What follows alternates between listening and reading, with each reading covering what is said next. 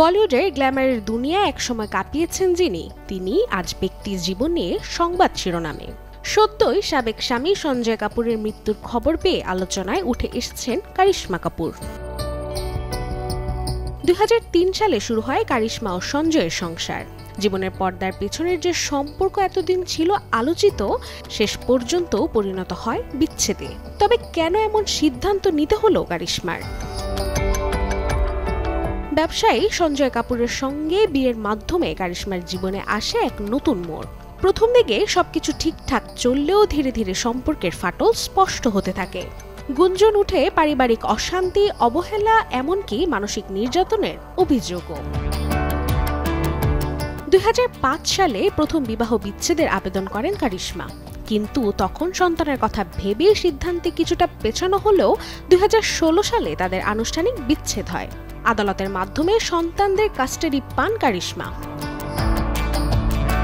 জানা যায়, সঞ্জয় কাপুরের সঙ্গে কারিশমার সম্পর্ক এতটাই তিক্ত হয়ে পড়েছিল যে উভয়ই চূড়ান্ত বিচ্ছেদে সম্মত হন। তবে মিডিয়া রিপোর্ট অনুযায়ী এই বিচ্ছেদে কারিশমা পেয়েছেন খরপোশ বাবদ মোটা অঙ্কের টাকা। এছাড়া সন্তানদের শিক্ষা ব্যয় এবং ভবিষ্যতের দায়িত্ব বেশিরভাগটাই সঞ্জয় কাপুর বহন করেন বলে জানা গেছে।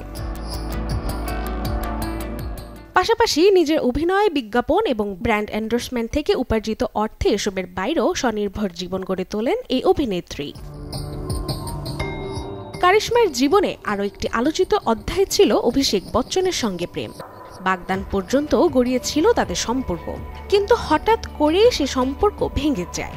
বলিপাড়ায় কানাঘোষা শোনা যায় পারিবারিক মতবিরোধ আর কিছু ব্যক্তিগত কারণে সেই প্রেমে ইতি টানতে হয় দুজনকে। সংসার ভেঙেছে ঠিকই, কিন্তু ভেঙে পড়েননি কারিশমা। জীবনের পরতে পরতে সংগ্রাম করে তিনি এখনো দাঁড়িয়ে আছেন দৃঢ়ভাবে। আজ কারিশমা শুধুই একজন সিঙ্গেল মাদার নন, বরং একজন অনুপ্রেরণাময় নারী। Desk report, channel 24।